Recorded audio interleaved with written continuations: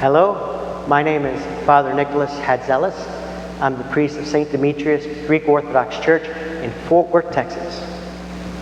Today we're going to talk about Holy Friday. Have you been to a funeral? I remember when my father died in 2000, we were in our funeral procession, and it was sad. We were all crying, mourning the loss of my father. And I look out the window and I see people on the street, in the cars, on the sidewalk. They're going about their day.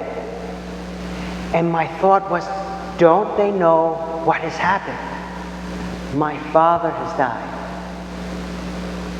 And they go about their business. They don't care, they don't know. They don't know. But for me, my whole world stopped for this duration of time. All the funeral plans to bury my father. This is the day, Holy Friday. We commemorate the burial of Christ.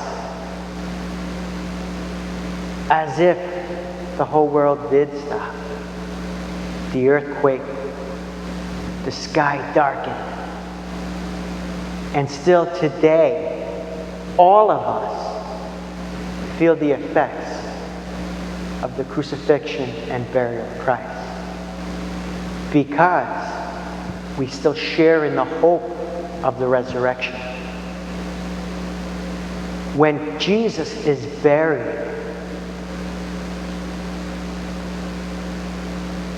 it is a mystery how we are to understand how God dies. He dies in the flesh. No mistake. On the cross, He suffered for you, for me, for the whole world. The disciples did not understand what was happening. They couldn't grasp, even though Christ warned them time and again. But their reality was falling apart. They were scattered abroad. They were hiding. But there were a few who stayed by Christ. The Panagia de Theotokos, John, the beloved disciple, and Joseph of Arimathea. Joseph asks Pilate for the body of Christ, and he buries him in his own family tomb. Pilate is surprised that Christ is dead so soon, but he thinks nothing of it. The leaders of the Jewish people, they ask for guards to be set, for a seal on the tomb. And they said, we remember what he said before, that he would rise from the dead.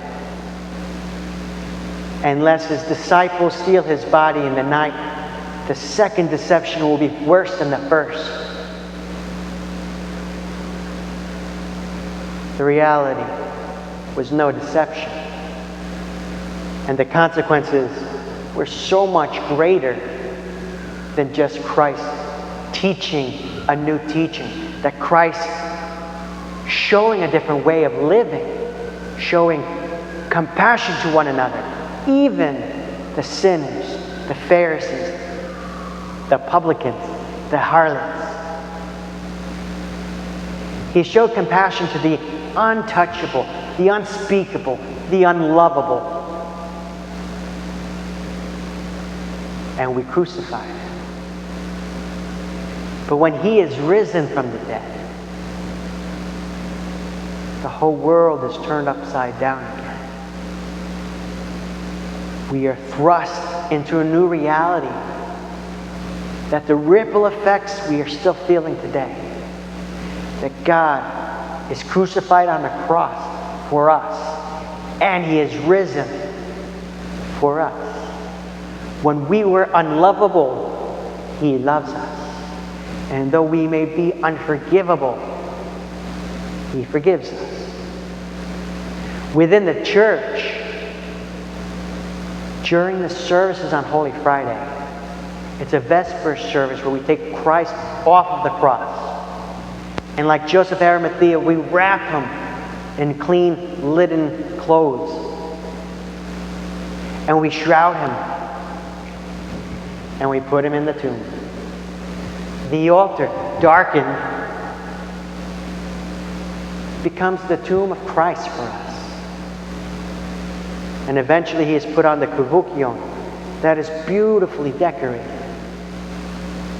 And in the evening, we do a procession around the church as if we are in that same funeral procession.